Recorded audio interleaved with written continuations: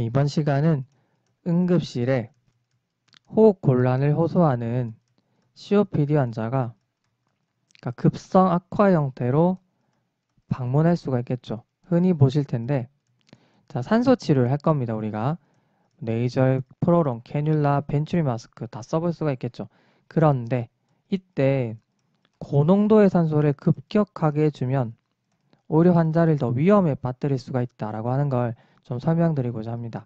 그냥 안 된다라고 하면은 왜요? 라고 물어볼 게 뻔하기 때문에 제가 이제 관련된 한 3가지 정도의 이론을 설명드려 볼게요.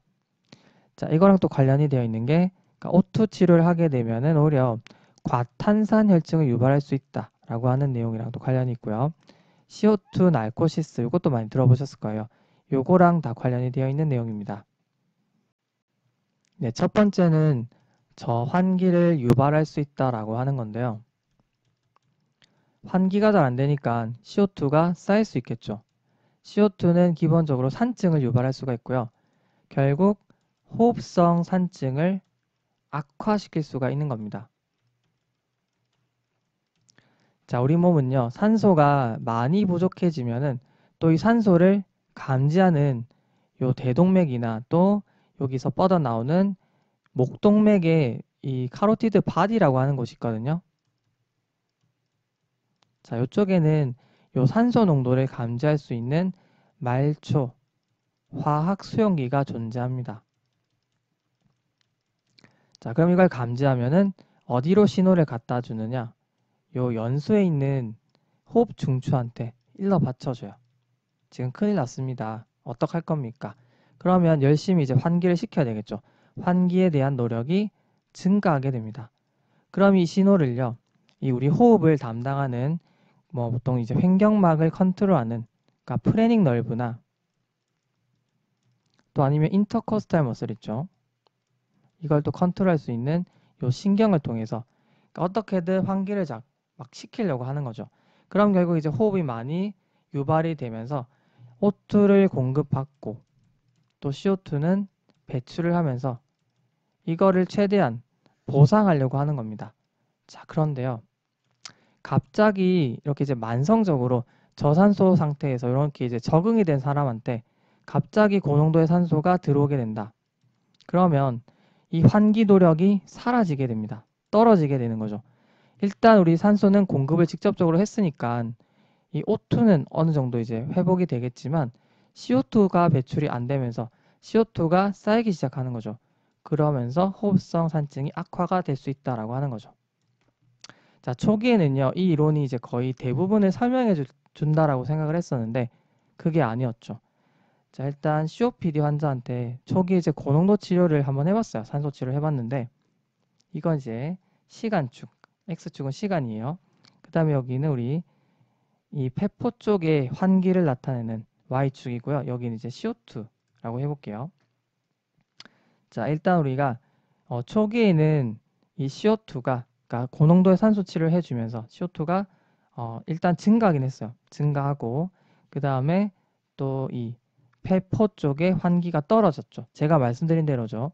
그러니까 고농도의 산소 치료를 하니까 이 폐 쪽에 환기가 잘 안 됐고 그리고 이제 CO2도 점점 쌓이더라. 제가 설명한 대로죠. 그런데 이거는 일시적인 그러니까 초기 구간만 설명할 뿐 이게 결국에는 CO2가 쌓임에도 벤틸레이토리 드라이브가 그러니까 폐에 있는 요 환기가 폐포의 환기가 계속 증가하더라라고 하는 걸 발견했어요. 여기는 뭘로 설명할 거예요? 그렇죠? 여기는 일단 제가 1번으로 설명한 요걸로 어느 정도 해결이 되지만 이쪽은 분명히 또 다른 기전이 있을 거다라고 생각을 할 수가 있는 거죠. 자, 그러면 그러니까 이거는 일부만 설명할 수 있는 거고 다른 이론에 대해서 제가 두 번째, 세 번째 이론에 대해서 설명을 드려볼게요. 자, 두 번째는 할레인 효과입니다.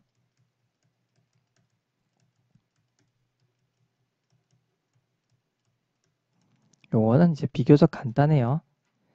자, 우리가 이제 적혈구에 있는 헤모글로빈은 산소와도 결합을 할 수가 있고 CO2와도 결합을 할 수가 있죠. 자, 그런데 일단 우리 COPD와 같은 그러니까 산소가 부족해서 산소 분압이 떨어져 있는 상황 한번 생각해 볼까요?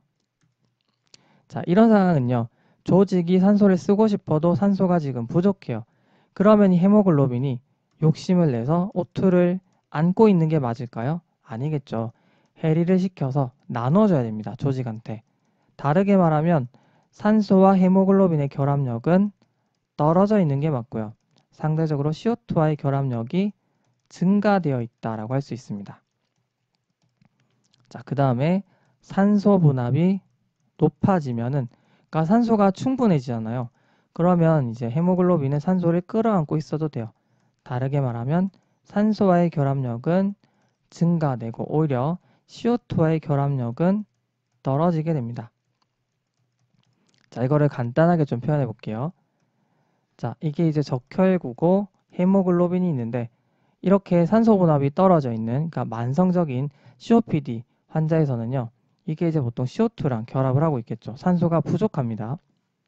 자, 이런 상태에서 우리가 갑자기 산소를 줍니다. 고농도의 산소를 줘볼게요. 그러면 산소가 이제 밀고 들어가겠죠. 야, CO2야. 내가 이제 결합력이 더 높은 상태니까 나가라. 그럼 이 CO2가 결합력이 떨어져 있는 상태니까 이 혈중으로 나오게 되면서 혈중의 CO2 분압이 높아지겠죠. 자, 결국 이 CO2가 또 축적이 되는 겁니다. 자, 그래서 아까처럼 뭔가 이제 이 저환기로 설명을 하는 게 아니죠. 이건 이제 환기와는 별개로 이 CO2가 축적이 되는 걸 또 설명할 수 있는 모델이 되는 겁니다. 자, 그래서 이게 두 번째 이론이고요. 그리고 이제 마지막 세 번째 이론은 VQ 미스매치인데요. 이게 가장 중요합니다. 자, 일단 제가 5가지 상태를 좀 그려볼게요. 자, 이게 지금 폐포, 그러니까 벤틸레이션 정도를 나타낸 겁니다. 그리고 이게 이제 관류 상태, 펄퓨전을 나타낸 거고요. 자, 이거는 이 관류에 비해서 이 벤틸레이션이 너무 지나치게 높은 상태이기 때문에 VQ의 비율은 무한대라고 표현할 수가 있고요. 이걸 우리가 데드 스페이스라고 표현할 수가 있을 겁니다. 그러니까 해부학적 4강이고요. 그 다음에 조금씩 이제 줄여볼게요. 벤틸레이션은 상대적으로 조금 이거보단 떨어져 있죠. 그리고 이제 이 관류를 조금 높여볼게요. 굵게 그려보면은요. 이게 지금 보통 이제 VQ가 한 1보다 큰 상태라고 할 수가 있고요. 그 다음에 조금 더 이제 V를 줄여보고 관류를 좀 더 늘려볼게요. 자, 이게 보통 정상인의 1에 근접한 상태라고 할 수가 있고요. 그 다음에 이제 또 V를 감소시켜보고 이거를 더 높여볼게요. 자, 이건 이제 VQ가 1보다 작아지는, 그러니까 이제 Q가 더 많아진 상태고요. 그 다음에 V를 더 줄여보고 자, 이 펄퓨전을 더 증가시켜 볼게요. 그러면 이 비율은 결국 0에 가까워지겠죠. 이건 이제 션트 상태라고도 설명을 할 수가 있습니다. 자, 그러면 COPD 환자는요, 보통 이쪽에 해당하겠죠. 이쪽. 지금 벤틸레이션, 환기가 잘 안 되는 상태일 겁니다. 그리고 전반적으로 저산소 상태가 되어 있는 거고요. 자, 이런 상태에서는요, 보통 우리가 하이폭식 베이저 컨스틱션이라고 하는 보상 기전이 일어나고 있어요. 자, 이게 뭔가 어려워 보이는데 제가 항상 말했던 내용이에요. 폐에서는 이 환기가 잘 안 되는 곳은 그냥 혈관을 수축시켜서 버리고 환기가 잘 되는 쪽으로 혈관을 몰아준다라고 설명을 드린 적이 있어요. 마찬가지예요. 자, 산소가 지금 별로 없는 공간.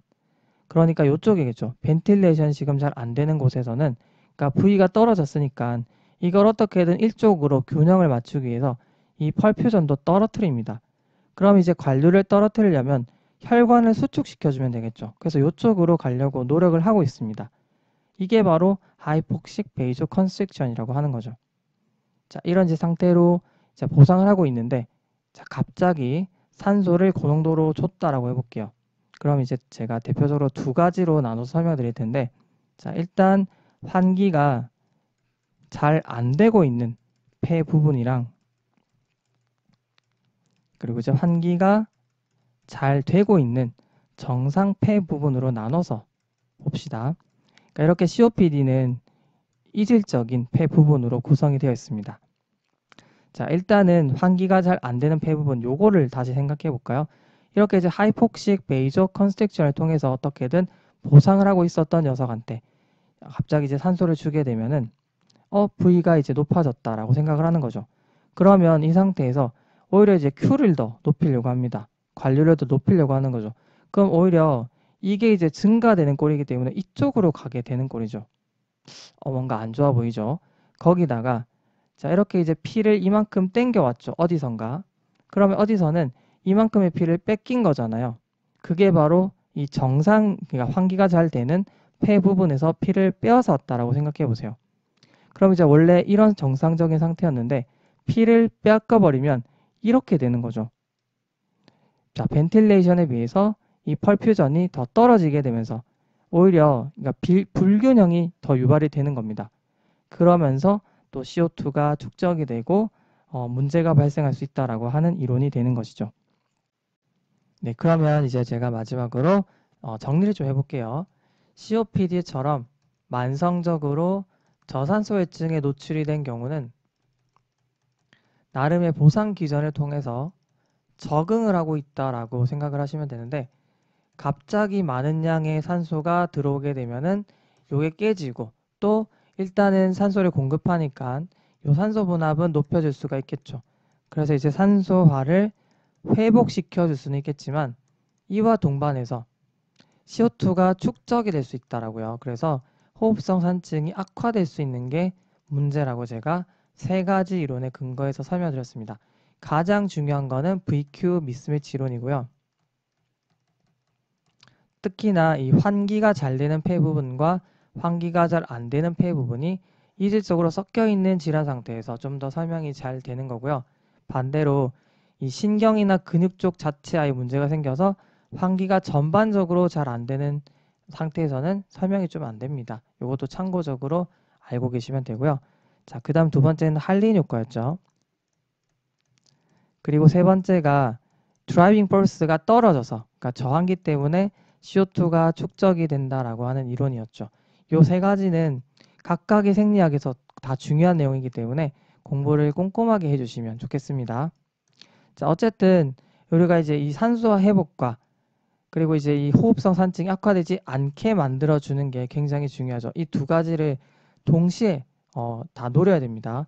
그래서 줄다리기를 굉장히 잘 해줘야 되는데 기본적으로 우리가 이제 산소투를 하겠죠. 처음에는 이제 네이저얼 프로롱 캐뉼라를 통해서 보통은 O2를 한 1, 2리터 정도를 이제 분당 투여하면서 이제 시작을 하게 되는데 우리 이제 치료 목표가 있겠죠.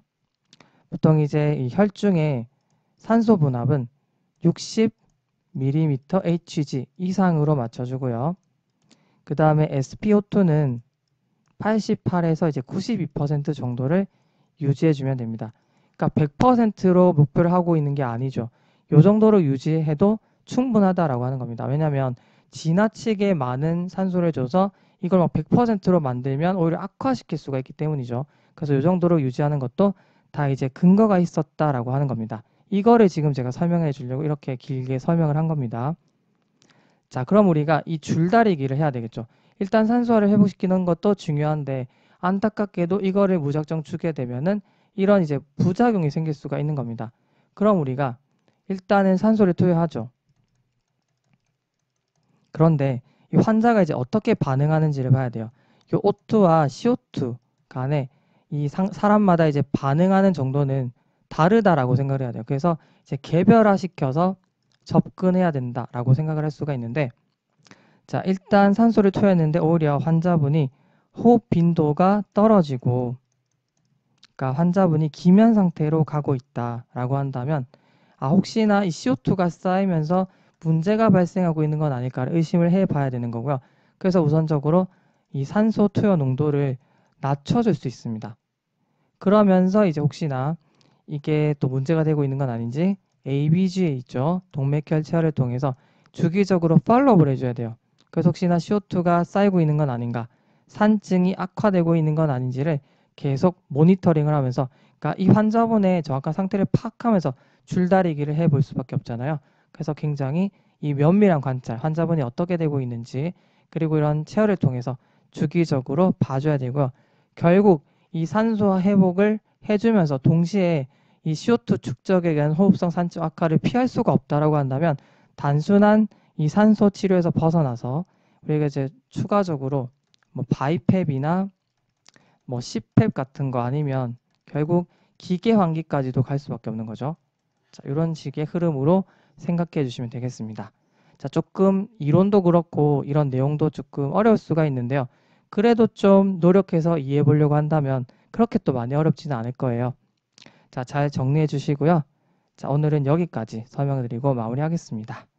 자, 나머지 제가 이제 COPD에 대한 약물적인 내용은 또 좀 이따가 설명을 드릴게요. 네, 수고 많으셨습니다.